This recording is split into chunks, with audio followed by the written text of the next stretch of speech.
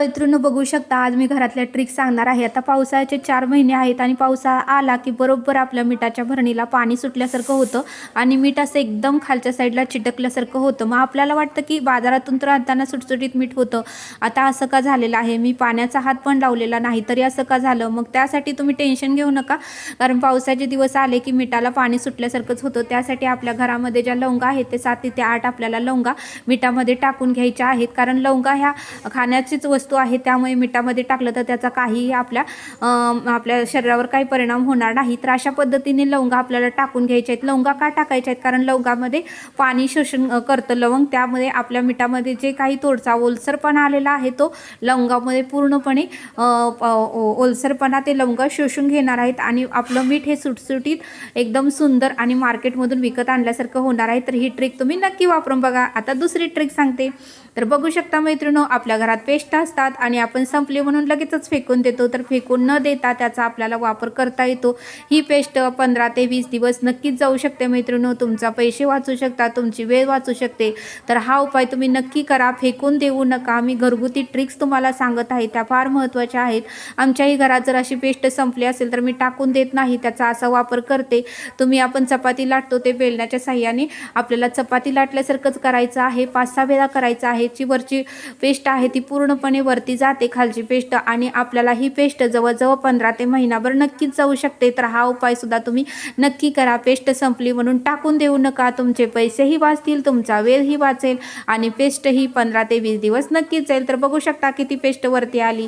आपण उगाचच नाही म्हणून टाकून देतो, पण त्याचा सुद्धा खूप छान वापर होतो मैत्रिणींनो. तर फक्त एक बेलण्याच्या साह्याने चपाती लाटल्यासारखं फक्त करायचं आहे, बाकी काही सुद्धा करायचं नाही. ही ट्रिक्स कशी वाटली? दुसरी ट्रिक्स आहे.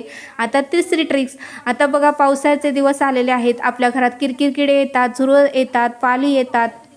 त्यासाठी आपल्याला आता हे वापरू करायचं आहे. हे प्रेस बॉटल आहे, त्याच्यामध्ये मी लिक्विड तयार करून घेतलेलं आहे.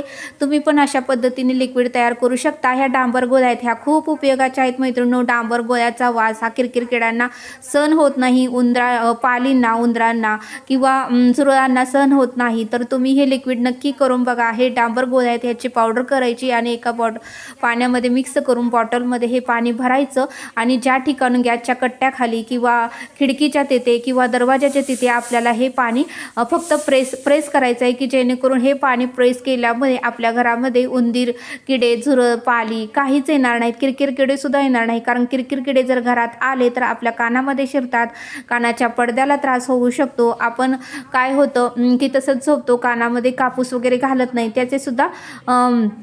त्याच्यासाठी सुद्धा हे लिक्विड फार फायदेशीर आहे. तर नक्की तुम्ही हे लिक्विड तयार करा आणि अशा पद्धतीने प्रेस करा, की जेणेकरून तुमच्या घरात किरकिर किडे, झुरळ, पाली येणार नाहीत, कारण डांबर गोळीचा फार उपयोग आहे. तर तुम्ही नक्की हे लिक्विड तयार करून बघा. आता सांगते चौथी ट्रिक्स. आता बघा, मी बाजारातून हे झाडू आणलेलं आहे, फुल झाडू. तर आता ह्या झाडूमध्ये काय होतं, डस्ट भरपूर असतात, म्हणजे भुस्सा, की आपण झाडायला लागलो की आपलं बेडरूम, आपलं किचन, आपलं हॉल सगळं काही घाण होतं. कारण काय होतं, त्या झाडूमध्ये डस्ट भरपूर असतात, भुस्सा भरपूर असतो आणि मग तो सगळीकडे पसरतो आणि आपल्याला वाटतं आता तर झाडून काढलं होतं, परत कसं घाण झालं. तर बघू शकता, डस्ट मी हाताने तुम्हाला दाखवत आहे. तर हे डस्ट निघून जाण्यासाठी खूप सोपं साधी ट्रिक मी तुम्हाला सांगणार आहे. आपल्या घरात जर गरम इस्त्री असती ती करून घ्यायची आहे. इस्त्री आता मी ही गरम करून घेतलेली आहे. तर अशा पद्धतीने आपल्याला झाडूच्या साह्यावर फिरवायचं आहे, कारण गरमीने जे काही डस्ट आहेत, जे काही भुस्सा आहे तो खाली पडतो आणि आपला झाडू क्लीन होतो, की जेणेकरून आपलं हॉल, घर, किचन झाडताना सुद्धा डस्ट पडत नाहीत, भुस्सा पडत नाही. त्यासाठी ही ट्रिक्स तुम्ही नक्की वापरा. बघू शकता किती डस्ट निघालेल्या आहेत. अशा पद्धतीने तुम्ही ही ट्रिक्स नक्की वापरा, की जेणेकरून तुमच्या घरामध्ये डस्ट होणार नाहीत, भुस्सा पडणार नाही आणि तुमचं घर क्लीन होईल. आणि हे उपयोग करायचा नसेल तर दुसरी ट्रिक सांगते. तुमच्या घरात कंगवा असतोच, आपण वेणी घालण्यासाठी वापरतो, त्या कंगव्याच्या साह्याने आपण केस विंचरल्यासारखं झाडूला करायचं आहे. याच्यासुद्धा साह्याने भरपूर डस्ट बाहेर पडतात, भरपूर भुस्सा बाहेर पडतो. तर बघू शकता, 7-8 वेळा असं आपल्याला वेणी विचरल्यासारखं विचरायचं आहे झाडूला. तर बघू शकता किती डस्ट आपले बाहेर पडत आहेत, निघत आहेत. तर अशा पद्धतीने तुम्ही हा उपाय नक्की करून बघा. तर हा व्हिडिओ कसा वाटला मला नक्की कमेंट करून सांगा. व्हिडिओ आवडल्यास लाईक, शेअर आणि सबस्क्राईब करा.